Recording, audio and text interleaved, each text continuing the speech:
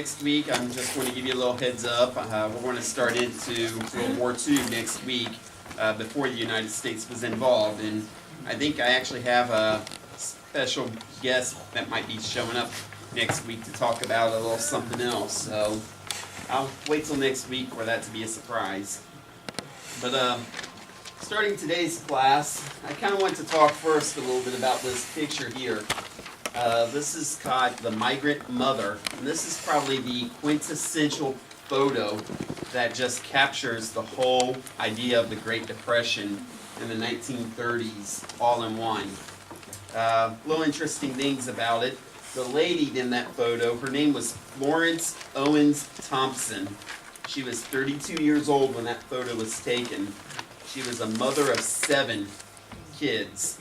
Her family was from Oklahoma. She was what was called an Okie, their family, they lost the farm during the Great Depression and migrated to California. While they were in California, they were doing little jobs at different farms, and they were at a pea farm picking peas when her husband and a couple of her kids went to town to try and get their car fixed before they moved on. While they were there, Dorothea Lange, who was a photographer for the Roosevelt administration, took this picture, and you could see the worry and the concern in the mother's face as she didn't know how they were going to survive, how they were going to sustain themselves, where their next meal would come from. The farm that they were at had roughly 3,500 workers just like them doing it. And in her own account, she remembers that they came upon some canned stew, and was making their meal for their lunch when they had multiple little kids coming up to them asking them, "Can I have a bite to eat?" because they were starving. This is, like I said, kind of the quintessential picture that describes the Great Depression. But anyone know exactly what caused the Great Depression? The stock market crashed. On October of 1929, it was on a Tuesday, I believe it was October 8th, the stock market crashed. And when the stock market crashed, everything came to a head. I'm going to kind of really simplify the whole issue because I'm not an economic expert. I can't really get into the details of the economy with it. Plus, I think that might be a little over most of your guys' heads. But to make it very simple, the stock market crashed and businesses started going out of business. Banks were one of the worst hit, and they were one of the first hit. When businesses started failing, the way a lot of small businesses work and operated back in the time is you would have a bank who would loan somebody money to start their business with the hopes and intention that that business would be successful to pay the bank back the money. Well, when the business fails, that bank won't get the money. Make things worse, that money that the bank had wasn't really the bank's money. It was the bank's customers' money. So what would happen is, you would say I was a bank, you would come and deposit your money into the bank with me. I would take your money and I would lend it to him to start a business. His business fails. I don't get that money back from him. And then you come running to me wanting your money back out of the bank. I don't have it to give to you. So I would have to give you my own money. Then the bank would fail and the bank would close. So this just started a massive effect, and it caused a lot of problems.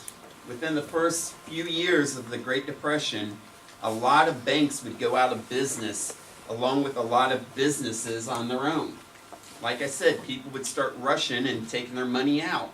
I'm sure some of you guys may have heard stories from your grandparents about how they just don't trust the banks. They would keep their money in the mattress under the bed, or something along those lines. Well, this started causing more problems. Well, banks are going out of business, and as I said, businesses were closing, so this forced millions of people to lose their jobs. When people start losing their jobs, they start losing their livelihood. You can't pay your bills. You can't put food on the table for you to eat. You can't go out to the Reds game or buy a new bicycle or anything like that. You have to start prioritizing. Well, this is adding up. At the height of the Great Depression, it was estimated 25% of the United States population was out of work. That's 1 out of every 4 people. That's a lot. In comparison, you guys hear a lot in modern times, they talk about us being in a recession or even a little bit of a depression now. The highest estimates of modern time has been 10 to 15% of the U.S. population being out of work, and 10 to 15% of roughly 300 million today's time.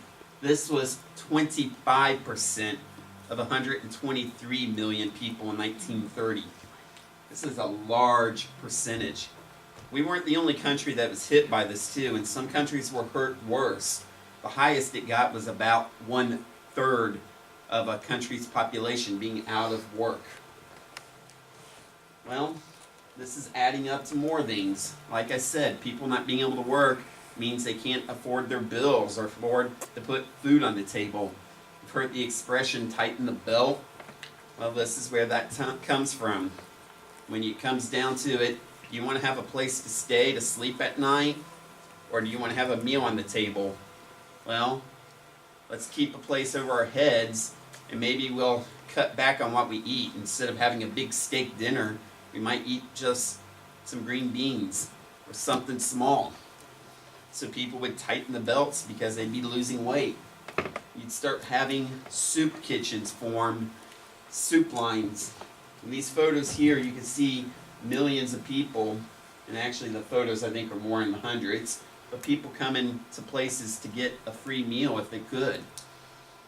There was some relief for these people, and it came through the aids of charity. A lot of the times through churches or some kind of an organization, a company that did work or still was in business may have been charitable. You guys remember me talking several weeks back about some of the big wealthy people like Rockefeller and Carnegie.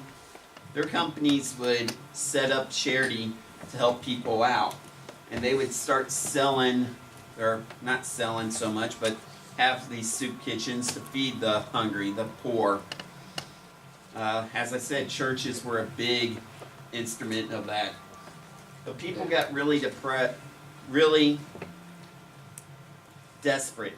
Sorry, I lost the word for a moment. And they would do anything that they could to help save money.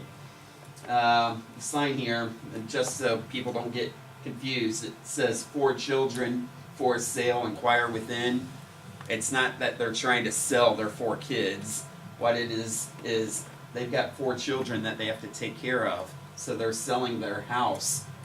Inquire within, you know. This is how bad things were. People were trying to take care of their families.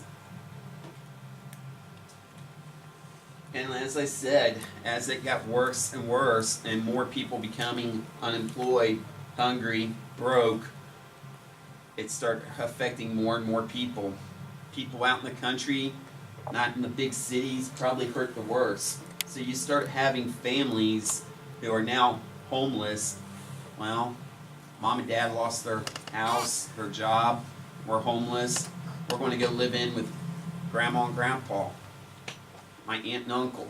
You'd start having these large families living in small houses.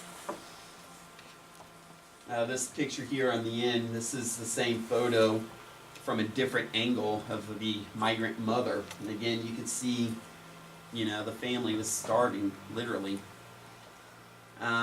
Your guys' generation, it'd probably be your grandmothers or great-grandmothers. For me, it was my grandmother. I remember my grandmother talking a lot about her time in the Great Depression when she was little. And she was only a little girl at the time. She lived in Kentucky, and she would talk about how things were so desperate and how they were starving so much that her job as a 5-year-old girl was to go out into the woods and strip bark off the trees. And then they'd go home with the bark and try and make soup out of the tree bark to eat. That's how bad things were. And I'm sure that's an extreme case, though. Well, you start getting some of these famous little sayings and incidences that came about from the Great Depression. One of them was called a hobo. A hobo was basically a homeless person. And what they were famous for is you'd lose a job, you were homeless, you're living here in Germantown and no longer have a home, can't find work. Somebody would say, hey, I heard that Cincinnati has got a company and they're hiring.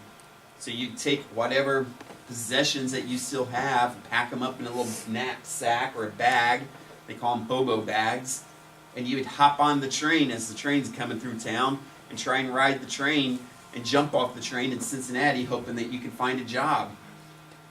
A lot of the times that didn't happen.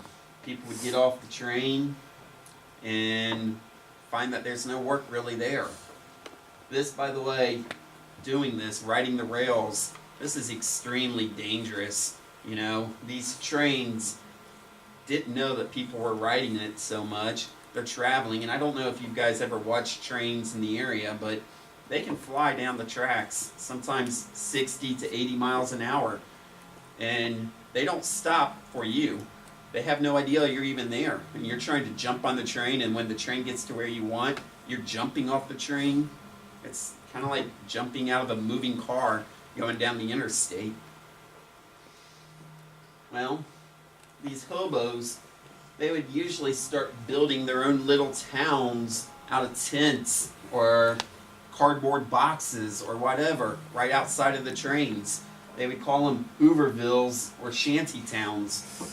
The term Hooverville actually came from President Herbert Hoover, who was in office when the Great Depression hit. And a lot of people in the country felt that the Great Depression was his fault and that he wasn't doing anything to help solve the problem. So all these little towns, shacks, whatever, would kind of be an insult to him. That's why they called them Hoovervilles.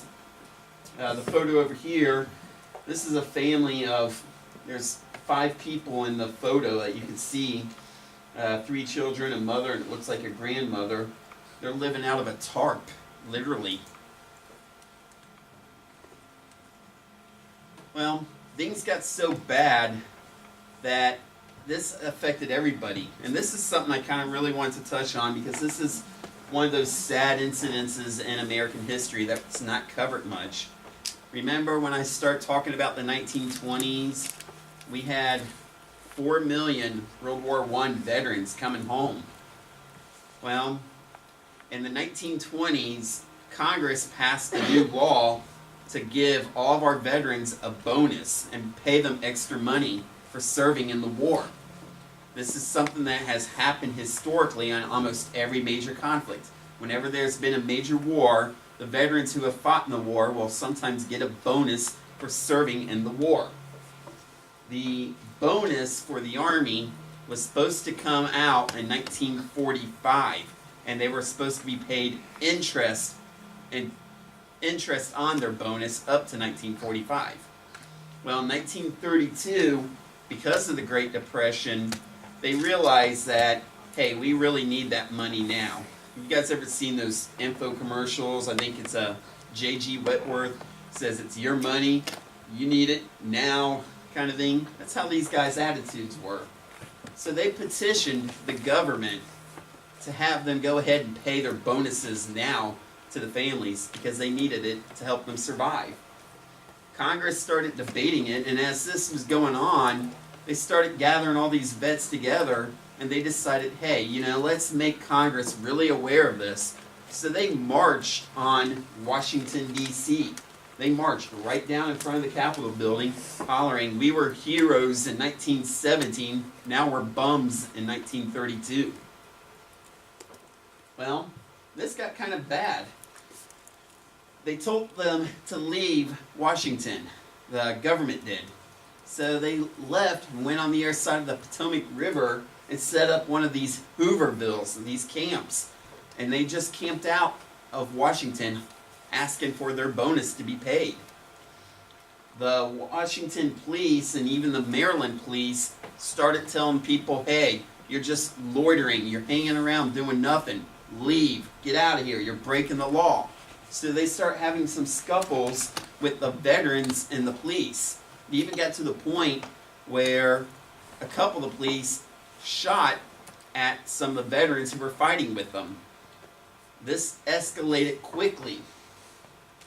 What ended up happening is President Hoover, who didn't agree with paying the bonus right then, decided we need to take care of this problem.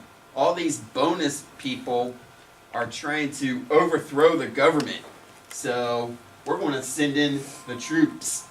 They send in the army that was still active duty. The leader of the army at that time was a World War I hero and a general who becomes real famous in World War II. This guy over here, Douglas MacArthur. He was the chief in staff of the U.S. Army, the highest ranking position at the time. Can anyone guess who the guy next to him is? It's another famous World War II general. It's alright, Eisenhower. There was a third general too, who's here on the horse, leading. He was also very instrumental, and he was another World War II general and a World War I hero. Can anyone guess who that was? Patton. That's right, Patton. What happened is, on July 28, 1932, the Army was sent in with the 12th Infantry Division, 12th Infantry Regiment and the 3rd Cavalry under MacArthur's command. Eisenhower was on his staff, and Eisenhower told him, hey, these guys are veterans who fought alongside you. Don't do anything stupid. But after these incidences, and after President Hoover said that these guys were trying to overthrow the government, MacArthur ordered Patton to go ahead and attack the bonus army. They sent in with tanks first, running all the veterans out of Washington, D.C. And they followed up with troops with bayonets fixed, firing tear gas grenades into the crowds. That Hooverville that the veterans had set up, they started burning it down. When it was all said and done, 55 civilians, World War I veterans, were injured. 135 of them were arrested as vagrants, and there was one 12-year-old boy who was killed from asphyxiation from breathing in too much tear gas. When it was all over and done, this left a major black eye on the Hoover administration and on the military. Eisenhower was quoted to say, and excuse my French, I'm going to try and clean it up, but he said, I told that dumb SOB not to send the troops down there and attack your own kind. Well, this just added fuel to the fire. Out of all the businesses in the cities, all the veterans that were hurt, all these people that were suffering, the hardest hurt individuals during the Great Depression were probably the American farmers. These guys, their idea of making a living was by selling their crops. When businesses started failing and the banks started failing, the banks trying to stay alive, stay afloat, would start foreclosing on home loans. And a lot of the times the farmers couldn't make enough money, enough income to buy their houses and pay their loans. So the bank would foreclose on the farm. And they would even run the farmers off and tell them, hey, you can't live here. There's been cases of bankers hiring people to take a bulldozer and mow down the farmhouse and just tell the farmer, you need to leave. They'll hire the sheriff and tell the sheriff, these people are trespassing on land that the bank owns. So they'd force these people off of their own property. adding fuel to this fire, in the 1930s, all throughout the Midwest, there was what was called the Dust Bowl that was going on. Now, the Dust Bowl was a series of droughts and black blizzards created by all the farming that happened. It dug up all the topsoil that helped the normal ground down. When the topsoil was gone, any kind of heavy winds would pick all that topsoil up and blow it around.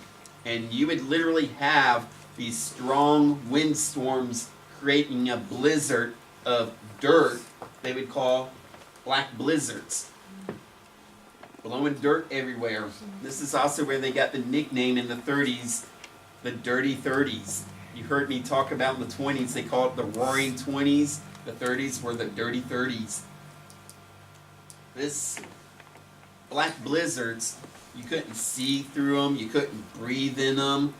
A lot of times people would have to shelter up in their house for days, cover up the windows, the windowsills, the doors, everything to keep the dirt from coming in. And a lot of the times the dirt would still find their way in, especially between floorboards or different planks of wood in the walls.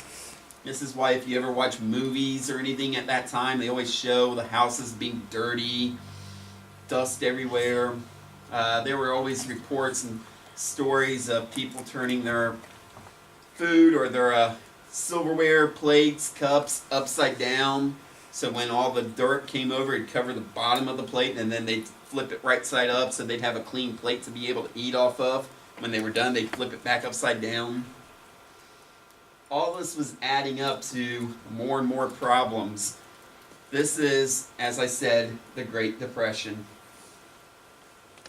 Well, people started losing everything. As I said, this forced families to move.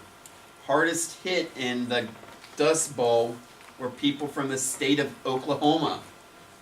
Oklahoma lost more farms than any other state in the country. People would pack up whatever belongings they had, load them up on the car if they had a car, or carry them walking, and start moving out. Probably the most famous place I heard was California. California was supposedly having tons and tons of work available. Tons and tons of farms. Most of the farm hands working these places were Mexican American immigrants. So a lot of these people from Oklahoma would travel to California whatever way they could. Walking, driving, field to field. Sometimes you'd hear stories they'd leave Oklahoma, run out of money in Arizona, have to work several weeks someplace in Arizona to save money up to be able to drive on over to Nevada, work a couple more weeks someplace in Nevada to drive over to California. Once they got to California, they would replace a lot of these Mexican American immigrants working. This actually upset a lot of the Mexican Americans. And there were even reports that they were frowned upon as like a lower level of society. They would nickname these migrant families, migrant workers, Okies, because they came from Oklahoma. Real famous book and story, movie about this came out shortly after in 1938 by an author, John Steinbeck, called Grapes of Wrath. This is exactly the story that Grapes of Wrath tells. It's about a migrant family and the struggles that they had to survive. It seemed like all this adding up, all these problems, no relief in sight. Well, 1932, President, or not president at the time, gentleman Franklin Delano Roosevelt ran for president against Herbert Hoover, who was running for a re-election. Like I said, everybody felt that all these problems were Hoover's fault. So Roosevelt won the election in a massive landslide. He promised a new deal for the American people. He said he had the cure and the solution to all of our problems. And just like when you get sick at home, sometimes they say the best remedy for a cold or a flu is eating a soup. Well, Roosevelt had what he called alphabet soup. It was his New Deal programs. Now, what this was, he started administrating all these new programs. He had problems with Congress getting them passed through, so he actually started using executive powers to usurp Congress and get these actions started. There's a whole bunch of them. Here's just a couple that I've got up here. Some of them are still existing today. They were all named with abbreviations like the CCC, or the FDIC, the NRA, the TVA, the WPA. Because all these abbreviations, this is what they mean by alphabet soup. Some of these programs, like the Tennessee Valley Administration, what they would do is they would go in the Tennessee Valley and start building water dams, and then using the dammed water for hydroelectric to help provide electric. The Work Progress Administration, the WPA, the CCC, the Civilian Conservation Corps. All these programs, his main point and idea with them was to get Americans back to work. You know, like I said, 1 out of 4 Americans were unemployed. He realized that if we get these people working again, then they're going to feel better about themselves. You have an income, you can start buying your house again, paying your bills. You can buy food to put on the table to feed your family. What he did is he started looking at within the country all around, and he realized the best way to get people to work is to rebuild our infrastructure. So we had a lot of progress made within the country in the 1930s because of this. Start having telephone wires strung up all along, new roads built and paved, new bridges being built, start having national forests and parks being established. You start having some famous places like the Hoover Dam being built, or Mount Rushmore being built. You know, all this stuff, the idea, like I said, was to just get people back to work.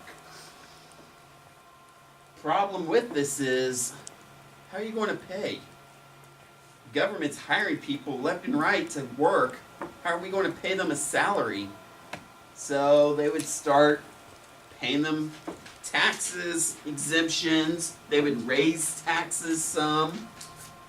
They would basically say, hey, we're going to give you kind of new loans, new credits. One of the things that they did, and it's still in existence today, is they established what was called the Federal Deposit Insurance Corporation, the FDIC, which regulated and required every bank in America to have a certain amount of cash on hand secured. That way, like I said earlier, I'm a bank, you're the customer, you're dropping your deposits off to me. He's a guy starting a business with a business loan. I can give him that money to loan, but I have to have so much money set aside for myself or the bank. Because if his business fails, I'm okay. I don't have to worry about you losing your money. This is still in existence today. Another one of the instruments, administration programs that started, still in today, kind of argue whether or not we have trouble with it, Social Security. Started basically saying we're going to have a savings account, a savings plan for you. You work, we're going to take a little bit of money out of your paycheck and save it with interest for you. That way we can use that money to lend or start other businesses. And when you turn 65, you can go ahead and cash out your Social Security. That's your savings account that the government set up for you. Like I said, these programs, some of them are still in existence today. Overall result, is it got Americans back to work. This helped a little bit, and it helped quite significant enough, but it wasn't the overall cure for the Great Depression. Does anyone have an idea what actually got us completely out of the Great Depression? World War II. That's right, World War II. Why did World War II get us out? Everyone went to war. It's because of the war economy. Everything was geared up for the war effort. We were building more equipment, more planes. We had more government contracts. We actually started borrowing money from other places. We started with things, and to make it very simple, money has to have some kind of a precious metal to back the money up. What we did in the 30s is we started getting away from using that precious metal. Instead of having a dollar, remember last week I told you guys with the dollar that they have a federal note, a gold note, and a silver note. And if you have a gold note, you can go to the bank and say, hey, turn that dollar bill in and say, I want $1 worth of gold. Well, we started getting away from that. We started to basically say, hey, this federal note says it's as good as gold, but it really isn't. We just have faith and trust that it is. That's what the system's completely like now. It really happened in the 1970s that we did away with all the precious metals. All this was adding up. Well, kind of wanted to talk real quick, and I'm not going to go into a whole lot of detail with this, but the Great Depression, when we think about it, we almost always think about what happened here in the United States. It was the U.S. stock market that crashed. But it didn't just affect the United States, it affected countries worldwide. In particular, Europe. Europe was still recovering from the First World War. Can anyone guess what country probably hurt the worst? That's right. Germany suffered the absolute worst. At the end of World War I, well, let me take it back just a little bit. During World War I, the German government was ruled by a king.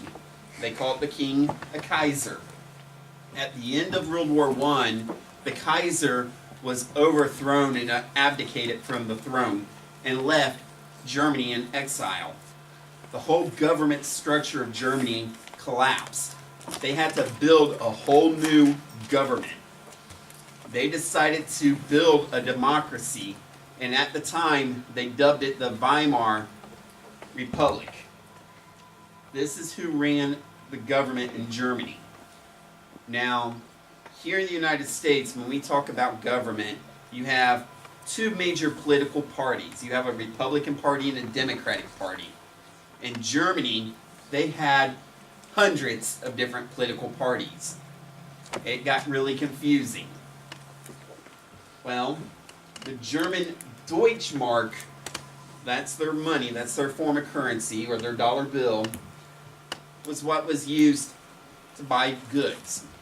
Just like here in the United States, when businesses started failing and banks started closing, the Weimar Republic decided the way to solve this is we're going to just print more money. The problem with printing more money is it causes hyperinflation. Now, when you start having the hyperinflation, what would happen is the money wouldn't be worth as much as what it says it is. So you had incidences, and these pictures here are really good examples. People would literally have to have wheelbarrows full of money to be able to go buy a loaf of bread. Well, like I said about all these different political parties, everybody had their own solution. Most of them weren't really solutions. It was more of, I want to blame somebody else for our problems. Money got so worthless in Germany, the Deutschmark, that it basically became like kids' toys. You'd have cases with little children building blocks out of stacks of money. You'd have parents who would take a pile of money and literally burn it in the stove to keep the house warm because that's as good as it was worth. You know, regular wood was more valuable than paper money in Germany. Getting back to all these political parties, there was one guy in the 1920s who kind of came out and said, hey, I've got a solution. This guy named Adolf Hitler. Hitler basically told the German people that all of the problems that the country was facing and suffering were numerous reasons. One, the Weimar Republic stabbed the German people in the back. This is what they call it, the stab in the back theory. He said that if you look back at World War I, Germany was not losing the war. We were winning it all the way to the end. It was our government and their greedy and all that basically gave up the war and surrendered to the Allies. The German people, the German soldiers and the army weren't losing it. The people who were in charge of the Weimar Republic were the rich people. In particular, the ones who had the most money were Jewish. So it's the Jews' fault. That's what Hitler said. Hitler also said, because there were all kinds of political problems in all these European countries at the end of World War I, he'd look over at Russia. He'd say, let's not become a communist country like Russia.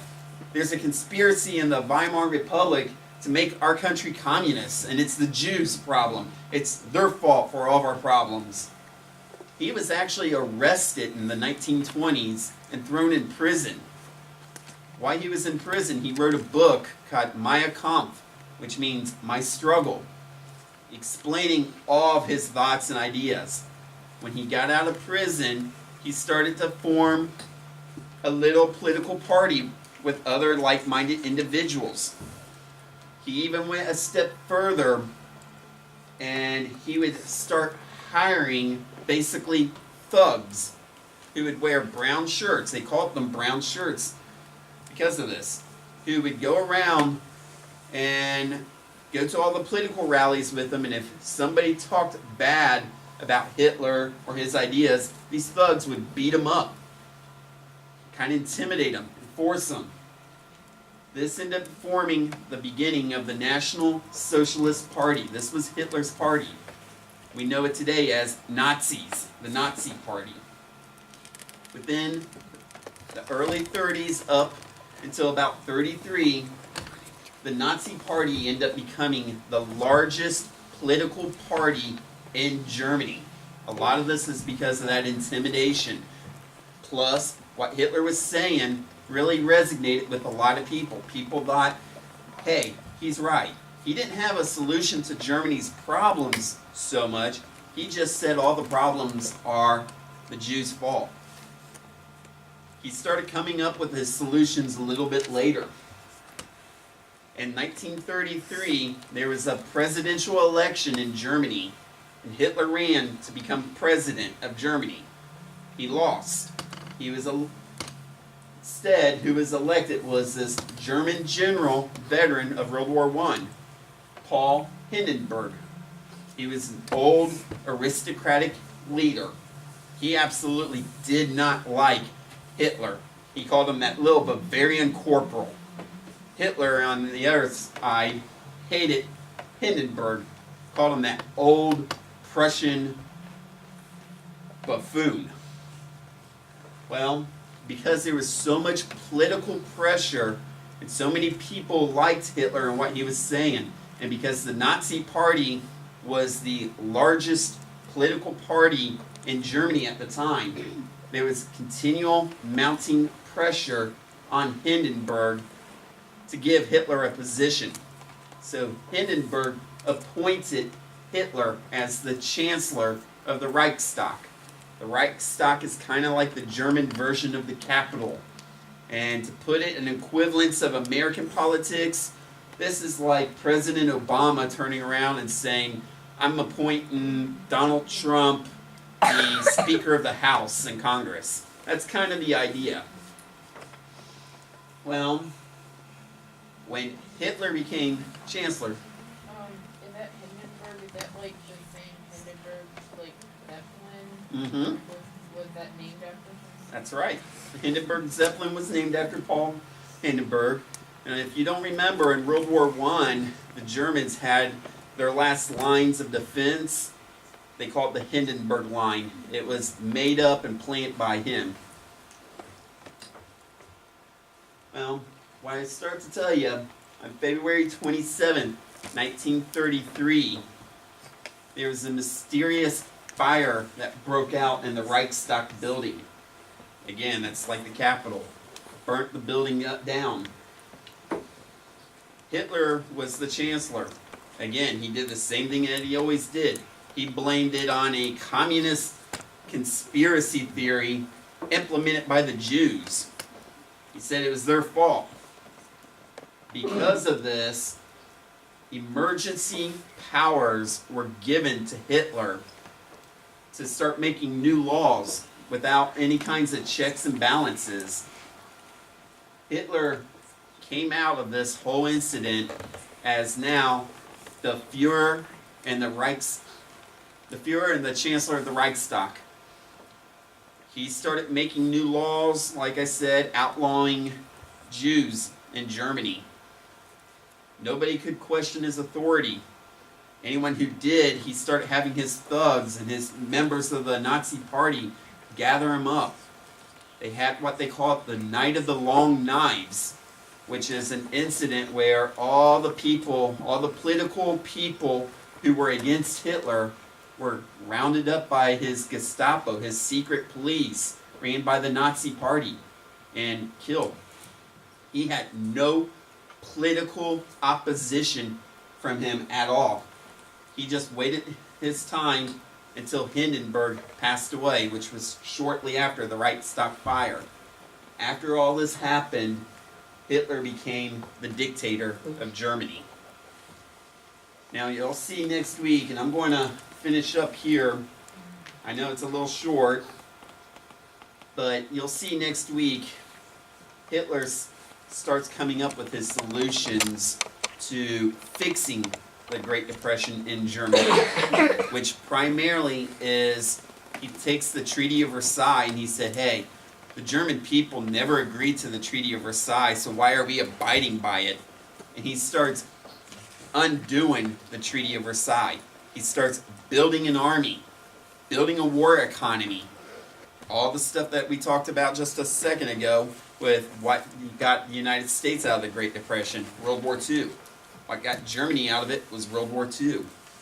He starts attacking, and next week I'll start talking about the beginning of World War II, Hitler's invasions of all the other countries, and eventually his invasion of Poland, which started World War II.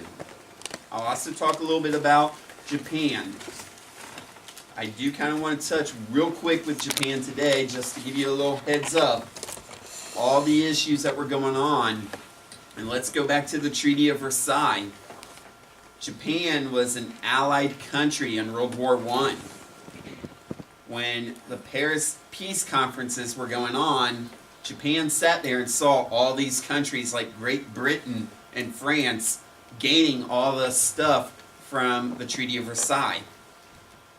Japan said, hey, we were on your side. We want a piece of the prize, per se, too. We want territory. We want land. All the countries basically ignored Japan. So it really upset Japan. So in the 1930s, Japan went on a series of conquests, start gaining territory. They started invading all these Pacific islands, building their air empire in the Pacific. And then they invaded and attacked Manchuria, which is present-day Korea, and parts of China. You start having some of the worst war atrocities of World War II happen right here.